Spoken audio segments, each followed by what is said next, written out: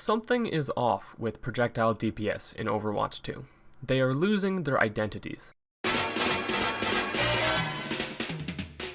The current vision for Overwatch is aiming towards a serious, competitive environment for all levels of play. At the same time, there is a perception that projectile characters are random, lower skill, or just downright corny. This leads to the belief that projectile DPS deserve to be weaker, and much of what makes them unique is cut in the process. But they do deserve a spot in this game, and to excel at their niches. The only problem is, some of these niches don't even exist in the game anymore. And other niches are softened as heroes move towards generalists instead of specialists.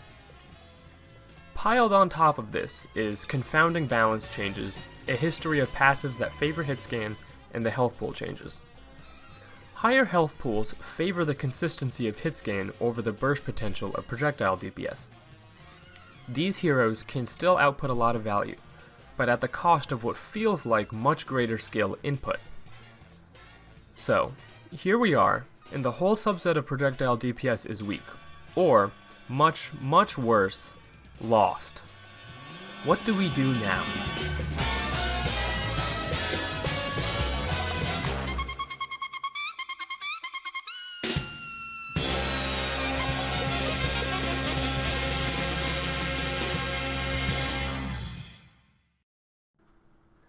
Because this is the first video in the series, let me explain my goals. 1. A focus on character identity and hero fantasy. The heroes themselves have always been the strongest part of Overwatch. 2. The ability for every character to have big moments worth looking forward to and trying to achieve. 3. I'm not forgetting about the competitive environment. Mastering heroes worthy of being mastered will make ranked fun and give players a reason to climb. Balance is important, but I don't see the need to have even 50% win rates. That finally leads us to Hanzo. In the extravagant cast of Overwatch, Hanzo is a man with a bow, and we love him for that. He is dedicated to this craft and mastering his bowmanship. Beyond that, his long and turbulent backstory has left him jaded and experienced. Playing Hanzo should feel like picking apart your enemy with patience, preparedness, and precision. Precision is obvious in the bowmanship and the need to hit headshots, but what do I mean by patience and preparedness? Having an arrow fully drawn before being dove can give you an entire extra shot and make it more likely to fend off your assailant. Sonic Arrow allows you to prepare for whatever your opponent has in store.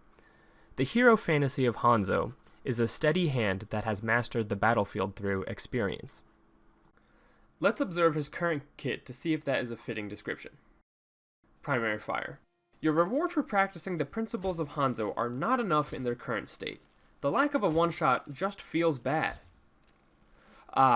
In the middle of editing this video, I have just received news that the one-shot has been returned. No matter, onto the rest of the kit. Sonic Arrow. Information-based utility is rare, but I think it is a perfect fit for Hanzo. There's a reason why Sonic Arrow is the only ability Hanzo has kept with no major changes. Storm Arrow. The ability has some great anti-tank and anti-flanker capabilities and allows bursts of kill pressure. This covers Hanzo's core weaknesses, but I think leaving in weaknesses would be okay, and I don't like the rapid-fire nature. Besides, having permission to get an elimination tied to an 8-second cooldown is something that should be left to hog players only. Lunge. Lunge was added in Hanzo's initial rework around the time people started talking about the idea of mobility creep. It feels good to lunge around a corner and open up your view of a low health target, or to lunge away from a threat. It's a smaller thing that feels nice. Nothing is wrong with lunge, but I don't like the solution of, this kit feels a bit empty, so let's just add a little horizontal aerial dash to it.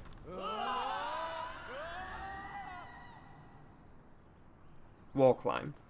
Another perfect inclusion. This is a unique movement option that is shared by all of the Shimada characters and grants conditional access to high ground. Dragon Strike. While Dragon Strike is lacking, you can't change it too much. It is so central to Hanzo's popularity, from the multi-million view cinematic to the early days of people hearing, okay, so it's not all bad here. You could probably get by with a rebalance instead of a rework, but I'm going to propose a rework instead. Let's take another look from the top. Primary fire. Prior to the recent patch, I'd heard a lot of comparisons about Hanzo being simply a worse Widowmaker, and the unfairness of who gets a one-shot and who doesn't. Now the discussion will probably shift to why Widow has a much easier time getting headshots. But that's not a fair comparison, because Hanzo has way better pressure with Storm Arrow and better in-combat mobility with Lunge. If these tools had the devs concerned about whether or not to have a one-shot, let's just remove them so there's no question about it. Maybe these trade-offs can make the draw time shorter again.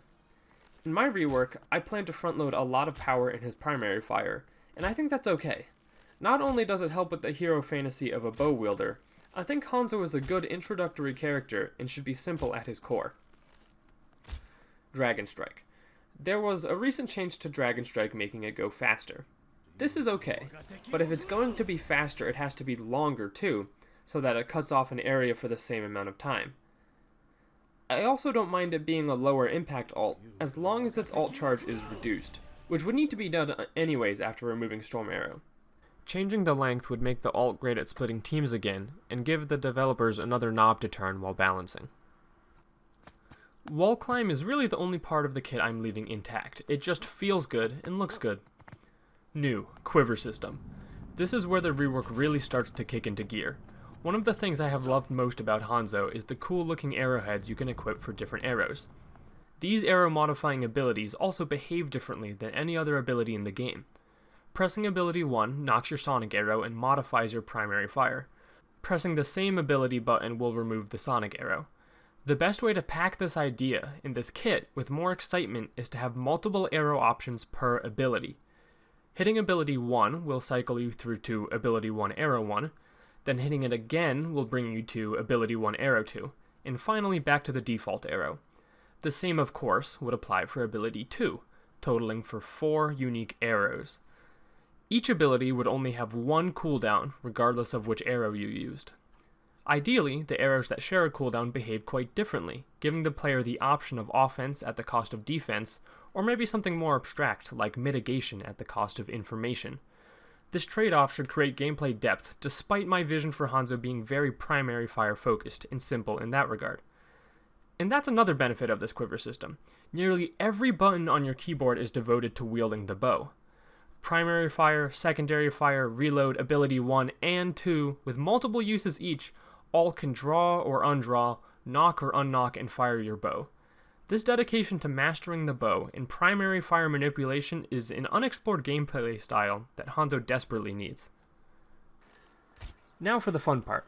I get to talk about a bunch of wacky arrow ideas that could potentially fit his newfound 4 special arrow slots. First up is Dragon Maw Arrow. This first arrow is already crazy, with a projectile that consumes other projectiles. This helps Hanzo's claim as the projectile sniper by giving him immense lane control for a brief period of time. It also helps him as the projectile sniper by giving him a better matchup into the hit scan sniper, Widowmaker. This ability has uses ranging from the easily reachable Fire Strike denial to the montage chasing Graviton Surge E. There's even baked in counterplay, as Hanzo can't fully use the ability for almost a second after firing any other arrow. Next up is Fortifying Arrow. When I say cleanse, you should be scared, and when I say overhealth on the same ability, you should be outright furious. But hear me out. Incorporating Suzu-like abilities would be a neat lore tie-in with Kiriko, while still offering robust gameplay without the use of invulnerability. This arrow isn't immediately apparent in its strengths. Is shooting an ally support better than simply doming the Sombra diving them? Is it helpful to shoot your own Sombra before she dives in? Is it too late to unpurple the tank after taking a whole second to draw your arrow? Good Hanzos will learn the answer to these questions. I've already dipped into the role identities of tank and support with the previous arrows, and that is because I have avoided arrows that have an extra effect to the enemy impacted. Let's look at a fire arrow, for example, that inflicts the on fire debuff. Doing extra damage isn't likely to be helpful because you can just one-shot the target. You would only use this arrow if you plan on shooting the tank or plan on missing the headshot. What's the point of lighting a player on fire if they've already been knocked out? Abilities like the fire arrow would then be a cooldown that could only be used on tanks, and we have more than enough of those in the game already. The same idea applies to similar ideas like a hinder arrow or a healing mitigation arrow. There's no point in applying a debuff to an ability that would rather just one-shot 80% of the enemy team. So for gameplay reasons, we can't increase damage, like a fire arrow, and for character identity reasons, we can't speed up damage, like storm arrow. The DPS role's identity can still be explored in where the damage is applied, perhaps around a corner. Now I'm not saying we bring back scatter arrow. I mean, you could limit scatter pellets per target hit to disable the dreaded scatter one-shot while enabling the rest of scatter's utility. The assets already exist, so you could easily re-implement it, but I think scatter arrow is better left in the past. Finally, I propose Dragon Fang arrow. Instead of scatter arrow shooting around a wall, what if there was an arrow that shot directly through the wall? Before you all lose your minds, no, this would not be able to headshot. Getting one shot through a wall would be a new high in toxic gameplay for Overwatch. It would, however, pierce through shields, armor, DMs, and blocks, a kind of true damage that other games have but is new to Overwatch. On top of piercing through mitigation in players, this would be another great lane control tool or a really fun way to chase down low health targets through walls. The best part is, all of these use cases can be countered by any opponent with a change in playstyle or with some mind games. Tanks would have to deploy their mitigation a bit earlier, while squishy targets would have to predict how the Hanzo will try to hit them through a wall.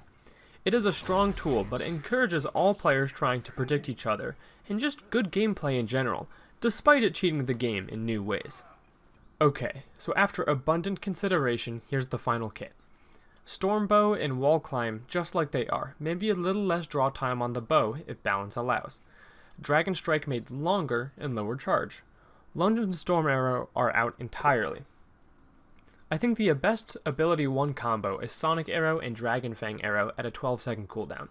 Having both of these up at the same time would simply be too strong, but I think they are similar enough in power to share a cooldown. The best ability 2 combo then is Dragon Maw Arrow and Fortifying Arrow at an 18-second cooldown. These both stop your opponents in different ways, and preventing one threat might open up a weakness to the other.